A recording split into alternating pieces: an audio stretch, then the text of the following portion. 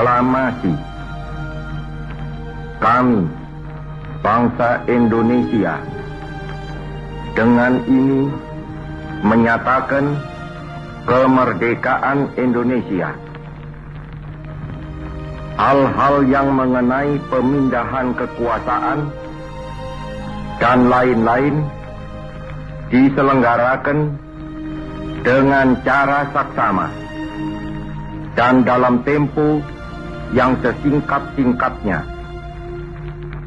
Jakarta, 17 Agustus 1945,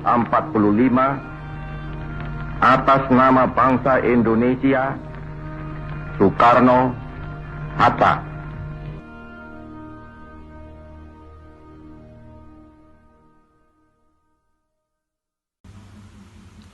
Assalamualaikum warahmatullahi wabarakatuh.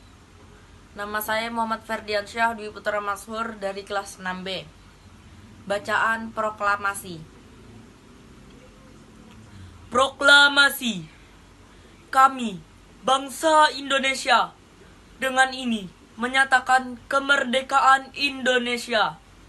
Hal-hal yang mengenai pemindahan kekuasaan dan lain-lain diselenggarakan dengan cara seksama dan dalam tempo yang sesingkat-singkatnya. Jakarta, 17 Agustus 1945.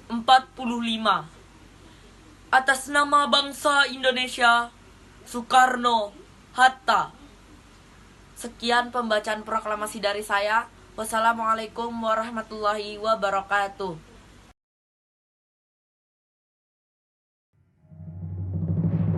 Saat Perang Pasifik atau yang dikenal dengan nama Perang Asia Timur Raya yang berlangsung selama 4 tahun, Jepang mengalami beberapa kekalahan dan menuju ambang kehancuran.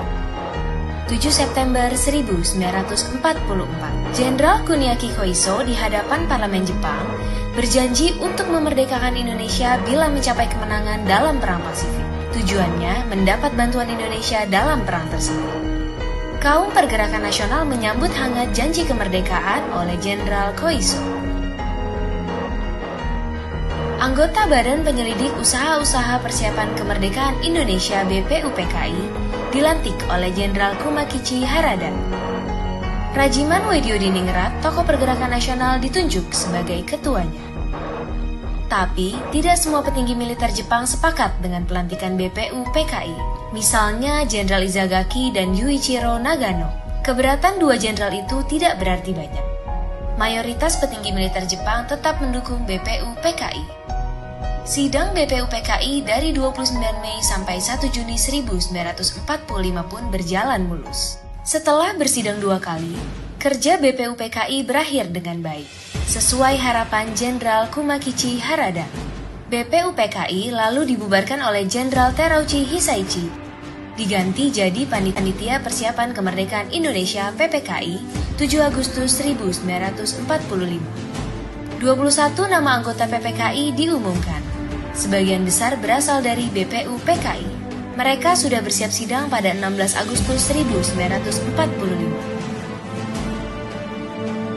Soekarno, Hatta, dan Rajiman Wediodiningrat wakil PPKI terbang ke Dalat, Vietnam 12 Agustus 1945. Di tengah kabar pengeboman Hiroshima dan Nagasaki di Jepang, Jenderal Hisaichi Terauchi, Panglima Angkatan Perang Jepang di Asia Tenggara, menyambut kedatangan mereka.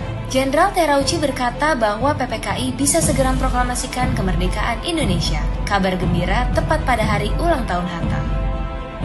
Mereka semua senang, kemerdekaan sudah di depan mata. Sepulang dari Vietnam, sejumlah pemuda dari Organisasi Angkatan Pemuda Indonesia API membawa Soekarno dan Hatta ke Rengas Dengklok pagi hari 16 Agustus 1945. Dalihnya, situasi Jakarta genting, Bung.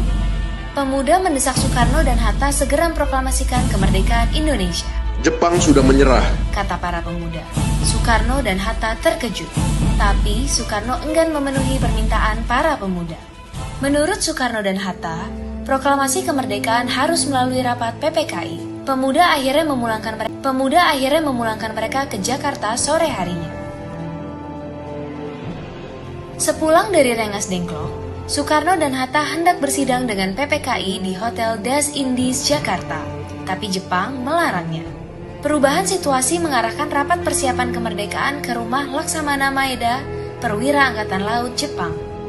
Di tempat inilah dalam sebuah ruangan, Soekarno, Hatta, dan Ahmad Subarjo merumuskan naskah proklamasi kemerdekaan tanpa gangguan dari Jepang. Soekarno lalu membacakannya ke anggota PPKI dan pemuda di serambi rumah. Naskah yang singkat, tapi semua sepakat dengan isinya. Kemerdekaan bukan lagi impian. Hari bersejarah itu tiba.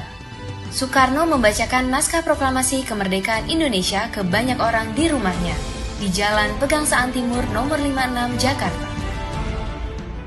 Tokoh-tokoh pergerakan nasional dan rakyat biasa membaur, mendengarkan pembacaan itu dengan heran. Setelah itu, bendera merah putih jahitan Fatmawati, istri Soekarno, dinaikkan perlahan, diiringi lagu Indonesia Raya. Penghormatan pun diberikan. 17 Agustus 1945, Indonesia akhirnya merdeka.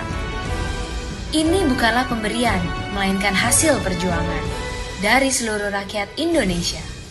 Proklamasi kemerdekaan mengantar bangsa Indonesia bergelut dengan cerita baru. Jepang memang telah terjun, tapi pengaruhnya belum berakhir. Ini dialami oleh fotografer Mendur bersaudara dalam merekam dan menyebar proklamasi. Jepang menghancurkan kamera Alex Mendur, sang kakak.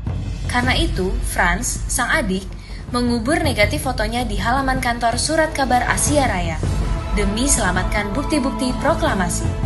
Di tempat lain, pewarta berhasil mengabarkan proklamasi lewat media cetak, juga melalui siaran radio dengan menggunakan beragam bahasa daerah. Di desa-desa, pemuda Republik berperan meneruskan kabar proklamasi. Mereka berkeliling dan berteriak, "Jepang menyerah, Indonesia merdeka!" Akhirnya, tiap orang menjadi saksi Indonesia telah merdeka.